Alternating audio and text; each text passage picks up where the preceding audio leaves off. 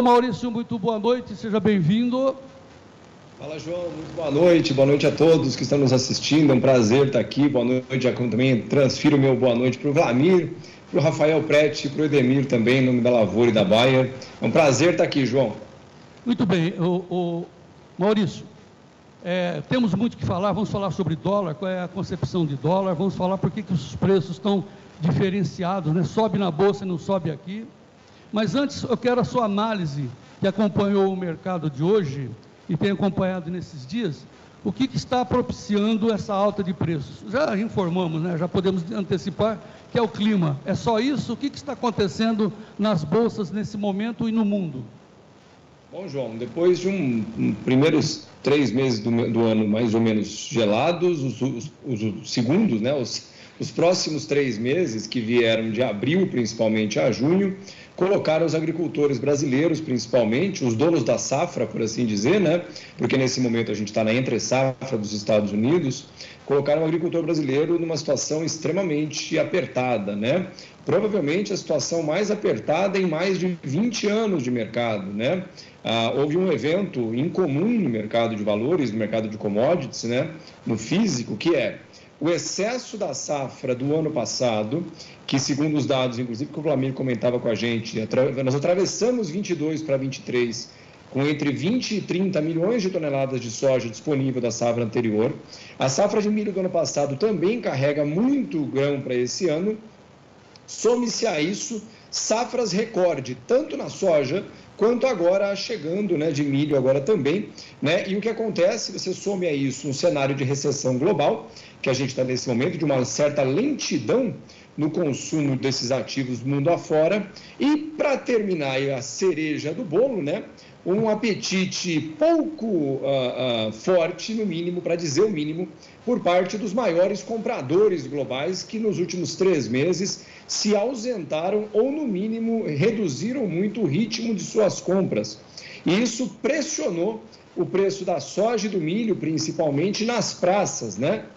No mercado de Chicago, sim, os contratos da soja viraram o ano em torno de 14 a 15 dólares e nos últimos 15 dias, né, chegaram a trabalhar na casa dos 11 dólares. E o milho, na referência B3, que chegou a trabalhar perto dos R$100 no ano passado, na maioria das referências bateu R$50 ou perto disso. Então, somando a queda muito importante dos bushels ou das sacas nas referências de bolsa, João, aí a gente soma o problema do físico, né?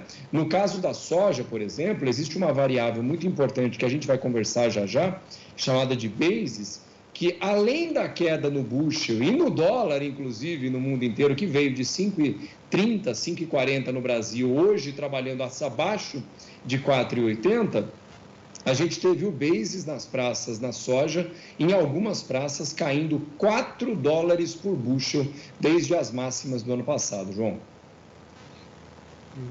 Entende? Que essas altas de Chicago, elas são... Daqui a pouco a gente volta com o milho. Deixa eu voltar com o Maurício. Caiu o Maurício? Eu vou voltar com o Maurício. Ô Maurício, você está me ouvindo? Está certinho aí? Agora voltou o áudio, estou ouvindo. Muito bem.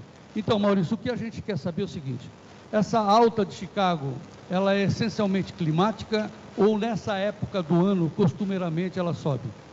Nós temos um movimento no último, chamado de sazonalidade, né, João? Todo ano a gente tem safra e entre-safra nas commodities.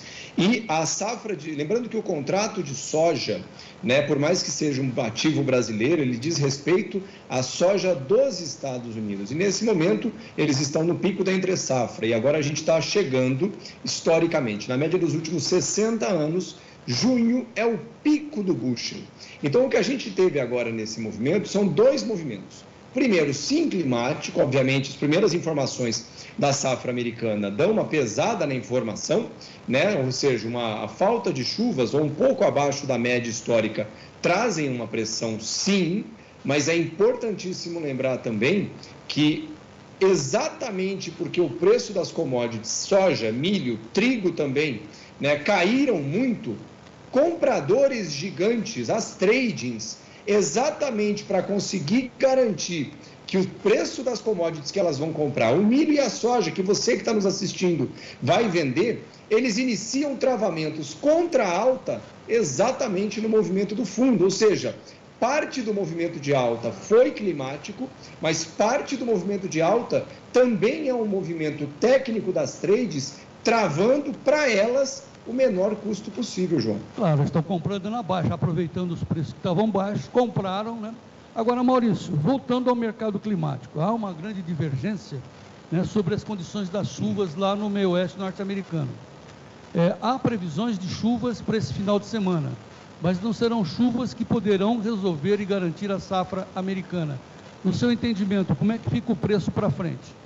Eu pessoalmente acredito, João, que a situação climática, os dados do NOAA, né, dos dados meteorológicos do governo americano, os modelos mais famosos do mundo, por assim dizer, prevêem que os próximos 15 dias serão de chuvas na média histórica para o período, temperaturas ligeiramente acima da média, ou seja, pode sim causar problemas. A gente viu os dados ontem, principalmente para o milho, né? O desenvolvimento da safra do milho está realmente abaixo da média, a da soja nem tanto assim, né? O milho está bem pior nessa situação, não à toa o milho hoje dispara, né, no mercado americano, né, 4% em alguns contratos, a referência B3 também, porém, como eu estou junto com o Brandalize, que falou um pouco antes da abertura aqui, né? Eu sou da opinião, João, que a minha opinião é o que menos importa, ou seja, os preços vão falar por nós. Os preços estão subindo na soja, no milho, no trigo, porém, tão breve esses preços parem de subir, e eu não sei se isso vai acontecer amanhã ou nos próximos 15 dias, e a minha instrução aos meus clientes e também aos meus alunos é que a gente não discute preço.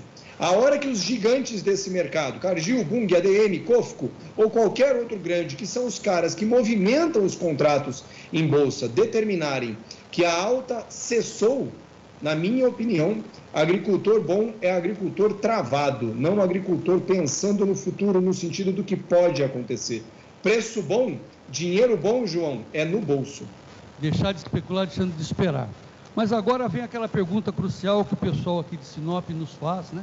Enfim, o pessoal de todo o Brasil, vendo os preços subindo em Chicago, mas aqui não se movimenta. Quando se movimenta, movimenta muito pouco. Por que acontece isso? Existe o preço da soja, por exemplo, que é mais fácil de ser compreendido.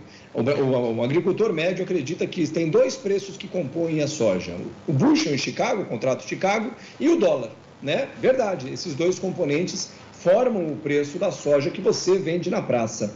Mas existe uma terceira variável que pouca gente conhece, chamado de basis, né? Ou diferencial de base.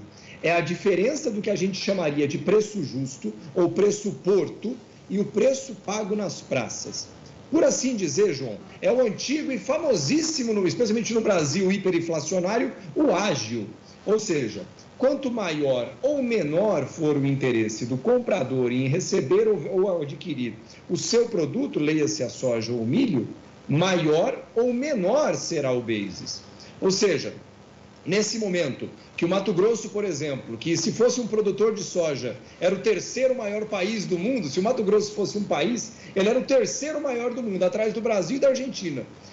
No Mato Grosso, por exemplo, que nesse momento, João, na safra 22-23, já era para estar com quase 90% da soja comercializada, está perto de 70%, e que no caso do milho já era para estar perto de 72%, estamos em 44%, o comprador faz o seguinte: uai, por que eu vou comprar soja ou milho, pagar mais caro, se existe um mar de soja e milho disponível nas praças? Então, exatamente o que está acontecendo agora com o basis das praças é isso.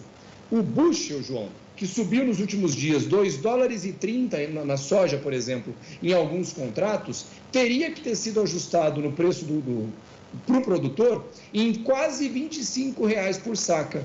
Pergunte aos agricultores de Sinop quanto que a praça aumentou o preço. R$2, R$3 provavelmente. Por quê? O comprador fala o seguinte: beleza, o bushel está subindo, eu vou pagar mais caro por quê? Tem toneladas, milhões delas no pátio, né? No campo disponível. Portanto, o agricultor está enxergando agora, ao vivo e a cores, o efeito que em alguns momentos é muito vantajoso para o agricultor, especialmente na entre-safra, que é falta do ativo. Quem quer comprar tem que pagar mais caro. O ágil, o basis é positivo. Nesse momento, João, muita gente querendo vender, muita mesmo, e os compradores não necessariamente muito dispostos a comprar, o ajuste é direto no preço. E tem um detalhe, João, nesse momento isso deveria ser encarado como uma vantagem para os agricultores. Sabe por quê? Exatamente porque o bushel disparou, se espera que daqui para frente, porque, de novo, soja, por exemplo, não há soja nova entrando no mercado brasileiro. Tudo que tinha sido colhido já foi colhido. E o milho, mais ou menos daqui a um mês, estará nessa situação também. Ou seja, se o bushel dispara, se a saca de referência da B3 dispara, abre-se a oportunidade para o agricultor travar o bushel num patamar alto, patamar que não for repassado para o preço, esperando que o basis mais à frente seja recuperado e você consiga recuperar travando bushel na máxima e basis no mínimo mais favorável do que agora. Maurício, tem uma pergunta aqui, dizendo o seguinte: com a soja a $29 para novembro, seria uma boa alternativa para o produto com esse preço? B3. Bom, B3, né? $29 na saca, João. A gente colocando um dólar hoje de 4,80, está dando R$139 por saca, né? Certamente ruim não é, né? É importante lembrar que a referência da B3, tanto a referência da B3 quanto a referência de Chicago, não inclui o basis. Portanto, inclui o dólar, no caso, e apenas o dólar, e você compõe ele com o valor do bushel.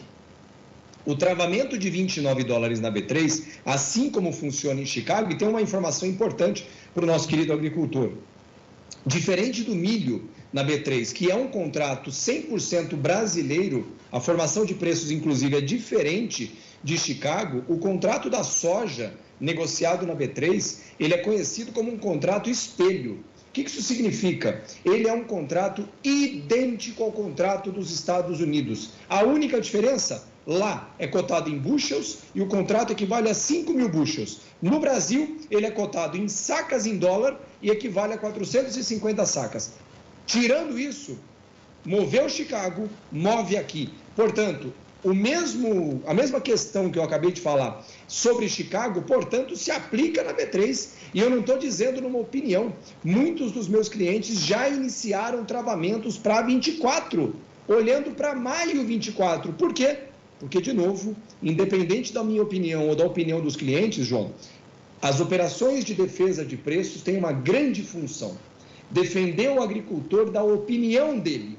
Porque ele pode ter a opinião sobre o futuro do jeito que ele acredita, João. Porém, ele tem todo o direito e a capacidade, e é possível de que ele esteja errado. Portanto, quando você tem uma certa opinião, atua no sentido dela, vou vender ou não vou vender, o outro lado precisa ser defendido. Por quê? Decidi não vender, olhei para $29, não gostei do preço, quero segurar. Tem chance de você estar certo, só que se você estiver errado, estar defendido é defender o agricultor de sua própria opinião, João.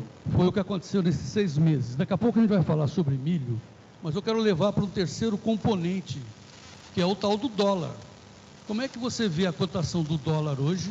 Como é que você vê a cotação do dólar à frente? Porque o dólar caindo tira reais do bolso do produtor. Tira, João. A gente falou ao vivo no seu programa durante o ano passado, quando o dólar estava perto de 5,40, 5,50, disse ao vivo para os agricultores que nos acompanham, que, na minha opinião, isso era uma oportunidade a ser aproveitada, né? Existia uma grande hipótese de uma grande realização ou uma tendência de forte queda nos dólares, que aconteceu. Nesse momento, trabalhando no fechamento de hoje, né, o dólar spot a 4,76, né? Ou seja, é bom lembrar que em 2021 ele estava 5,90. Ele já caiu mais de R$1,10 por dólar, João. Agora, de agora para frente, eu mantenho aquilo que eu comentei no seu programa e é a minha opinião mais sincera. O dólar, assim como a soja, assim como o milho, ele é um ativo que tem ciclo, ou seja, ciclos de alta durante períodos de medo no mercado, que aconteceu principalmente desde 2019 até 2022, e um ciclo agora de tomada de risco global, ou seja, redução dos níveis de medo. Isso já começou globalmente, frente ao euro, frente à libra, frente a outras moedas e também frente ao real. Na minha perspectiva, até o final do ciclo do dólar, o que ainda pode levar alguns meses, eu acredito certamente que o dólar deva ir para a faixa de R$ 4,50 no Brasil. Por dois motivos, João. Porque o ciclo de saída de dólares dos Estados Unidos já se iniciou e ainda não parou. E segundo, porque o Brasil, assim como uma tradição histórica dele, o Brasil hoje, para quem não sabe, tem a maior taxa de juros real do mundo. O juro real no Brasil significa o seguinte: você pega o dinheiro, traz dinheiro dos dólares lá para fora, coloca em títulos do governo brasileiro. O governo brasileiro hoje paga 13,65% ao ano. Quando você desconta a inflação, a nossa inflação hoje está em torno de 4% ao ano. Sobra quanto? Cerca de 9,5% ao ano, líquido.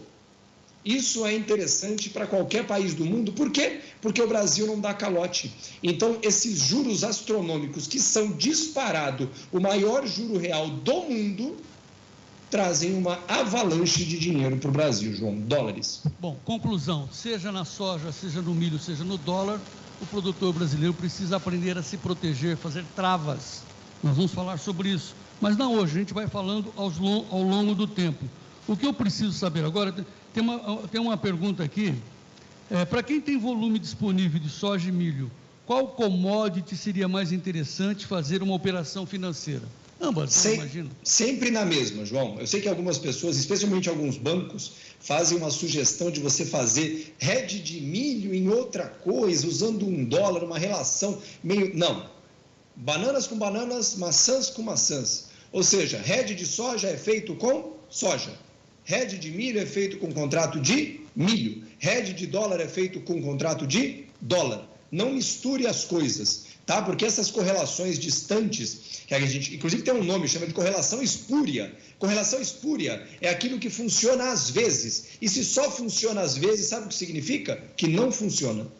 Maurício, isso tudo que você fala só serve para grandes produtores, pessoas que têm analistas disponíveis como você, pessoas que, como a Magic, tem uma mesa, e aí por aí vai, ou serve também para pequeno produtor? Eu tenho uma pergunta aqui, ó.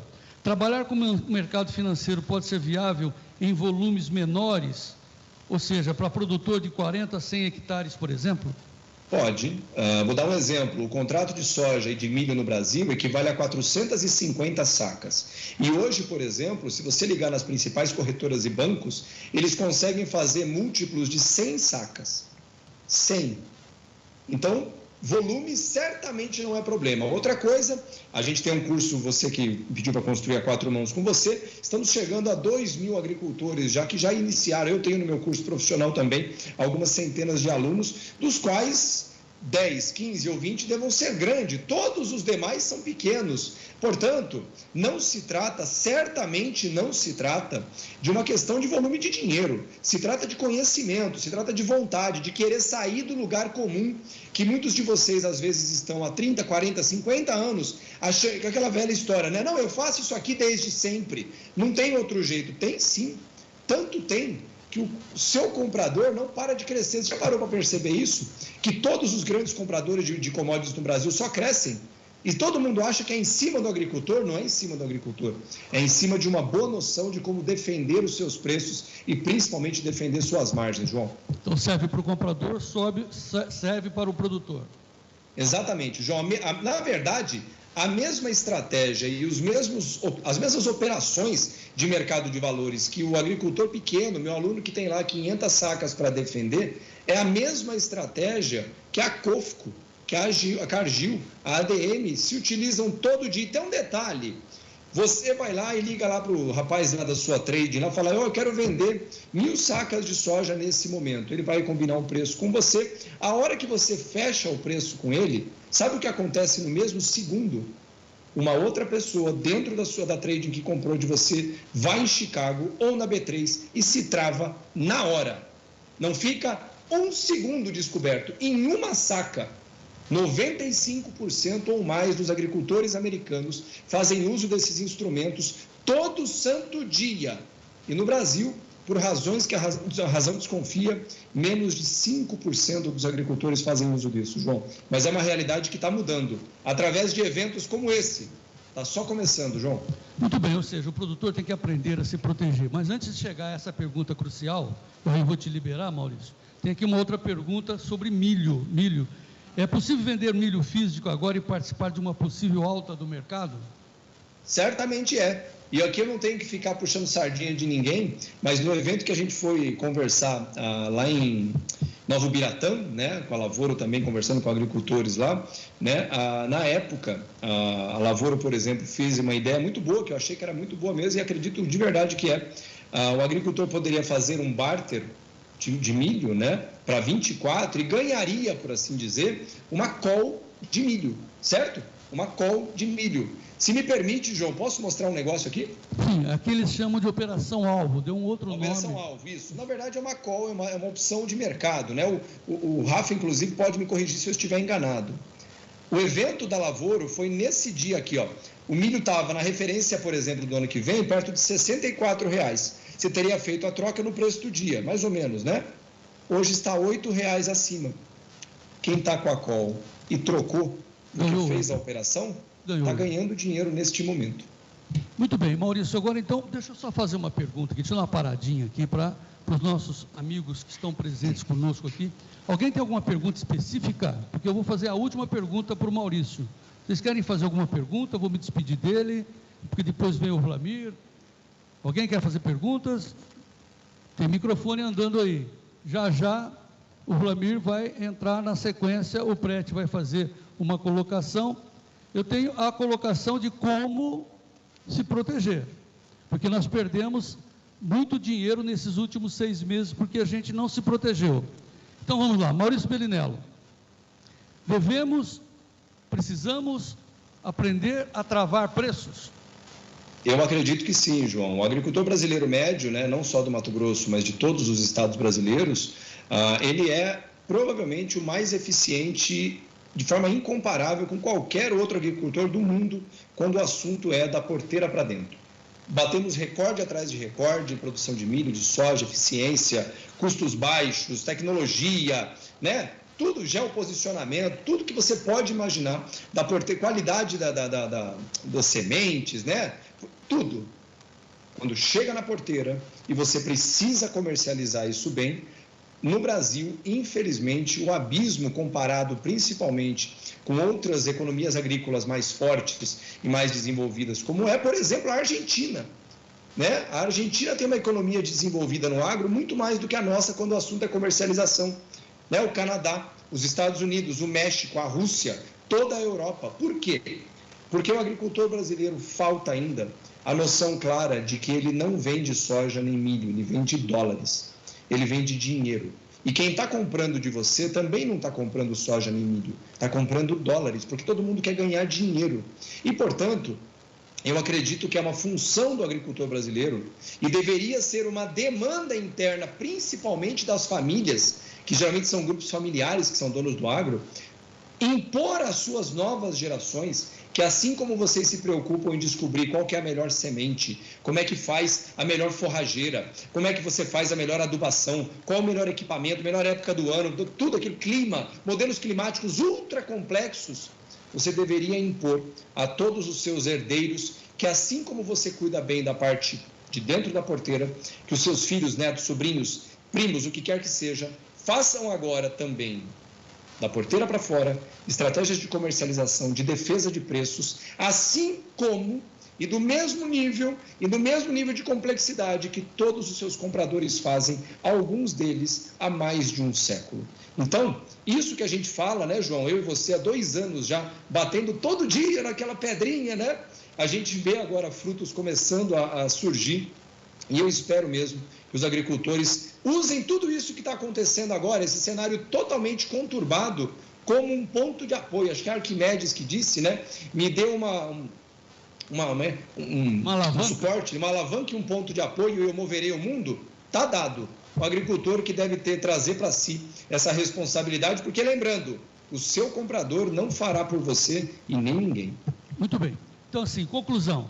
Temos que aprender, os produtores têm que aprender a comercializar, tem que aprender a fazer trava, como fazem os americanos, como fazem os compradores. Só que o cavalo está passando, Maurício. Então, a gente não adianta chegar agora e dizer, olha, tem que fazer isso, porque já passou. Quando a gente trata de mercado futuro, é sempre para a safra seguinte. Isso. Nós tínhamos que estar sabendo fazer as travas da safra seguinte hoje. Opa, subiu Chicago, deixa eu travar. Os produtores não sabem fazer isso ainda, mas vão saber. Mas hoje, 21 de junho de 2023, quarta-feira, amanhã 22, quinta-feira, o que o produtor pode e deve fazer? Qual é a alternativa que resta? Porque se for entregar a soja, o milho, como você explicou aqui, vai perder dinheiro. Qual é a alternativa que lhe resta? Tem uma parte da revolução que a gente chama, que fala que não vai ser televisionada, né, João? Porque assim como a gente, quando começou a conversar, não existia liquidez de opções em boi gordo na B3, e hoje, fruto do nosso esforço, isso já é uma realidade na B3, existem também entidades e grupos empresariais que estão acordando para isso, né? E vendo que isso existe uma oportunidade, inclusive, de negócio, onde você, como empresa, se favorece por ganhar liquidez, ganhar escala, vender mais, e você ajuda exatamente aquele que é fruto e que é o caminho para o seu sucesso, no caso da empresa, que é o seu cliente, né? E quando eu fui convidado para participar com a Lavoura ali no evento em Nova Ubiratã, do lado do Sorriso ali, né? Digo sempre, né? Eu não sou funcionário da Lavoura, mas eu adorei a ideia. Porque naquele momento, por exemplo, a troca, o barter, que é uma atividade que alguns agricultores estão muito acostumados e outros estão se acostumando, todo mundo fala, vou trocar fertilizante por isso, e todo mundo sempre fica com o pé atrás. O Marcos, teve uma ideia genial, que na minha opinião, ele e o Rafa pensaram, pelo menos foi os que me apresentaram, algo muito bom. Olha que legal, você não vai fazer o barter? Não é uma troca que pode ser viável, você vê o custo do produto, o custo, né? Acertam-se entre vocês a troca. Pronto, fechou. Você não teria feito isso com qualquer uma? A cooperativa que você vende não faz isso? A trading não faz isso? Um monte de gente não faz isso e acaba aí?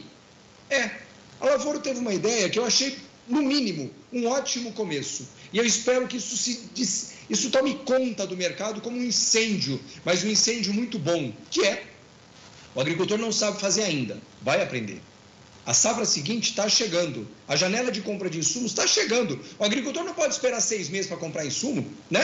Tem que comprar numa certa janela.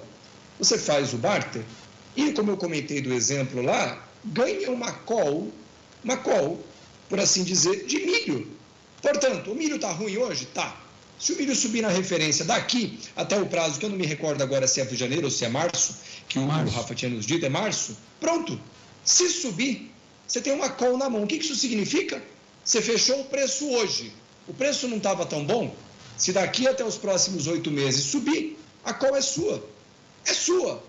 E a Lavoura te devolve isso através de um mecanismo próprio. Ou seja, você vai conseguir operar da mesma forma que eu faço, que os meus clientes fazem, mas sem saber isso nesse primeiro momento. E tomando conta daquilo que é seu, que é o insumo para você poder realizar cada vez mais e cada vez melhor aquilo que você faz bem da porteira para dentro. Sem se preocupar, como a gente tem visto algumas pessoas, de produzir menos. Isso tudo, pessoal, quanto mais você produzir, menor é o seu custo e isso é melhor para você e para todo mundo. E usar esse tipo de recurso, na minha opinião, João, eu torço de coração para que essa ideia da Lavoura, realmente, na minha opinião, é algo muito novo. Eu nunca tinha visto isso e eu acho que isso vem para muito bem do agricultor, da agropecuária brasileira e do Brasil, de todos os brasileiros, João. Muito bem, Maurício Bellinello, legal, a gente vai continuar com essa conversa todos os dias lá no Tempo e Dinheiro. Estamos com a 12ª turma de alunos aprendendo a fazer essa operação. Nós já formamos 2.000 produtores que entendem isso que você está dizendo. Eu acho que desse jeito que você está fazendo, que a gente está fazendo insistentemente, a gente vai conseguir trazer mais gente para fora do prejuízo, pelo menos para resguardar contra as baixas. Eu quero te agradecer muito a sua participação por hoje e te homenagear sempre pelo seu apoio que você dá para a gente. Obrigado, Maurício Bellinello. Eu que agradeço, João. Um grande abraço a todos, ao Vlamir, ao Rafa, ao Edemir, a toda a audiência de Sinop e toda a audiência do Brasil que está nos assistindo pelas redes sociais. Inclusive, dar um abraço carinhoso e mais fraterno a todos os meus alunos que também estão participando ao vivo aqui, o pessoal do Timbal. João, sempre um prazer, um privilégio poder chamar você de meu amigo. Uma ótima noite a todos. Continue com esse evento. Muito obrigado.